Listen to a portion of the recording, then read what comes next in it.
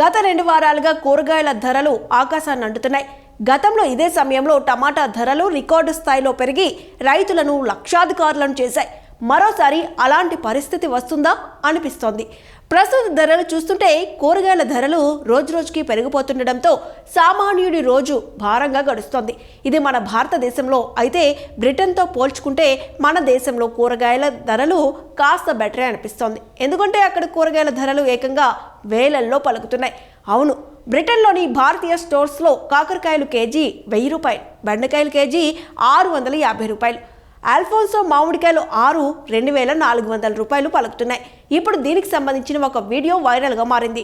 ఢిల్లీకి చెందిన చావి అగర్వాల్ ప్రస్తుతం లండన్లో నివసిస్తున్నారు. ఇండియన్ స్టోర్స్లో ఉన్న ధరలు చూసి ఆమె ఆశ్చర్యపోయారు. ఒక స్టోర్లో సరుకుల రేట్లు చూపిస్తూ ఇన్స్టాగ్రామ్లో ఒక వీడియోను పోస్ట్ చేశారు.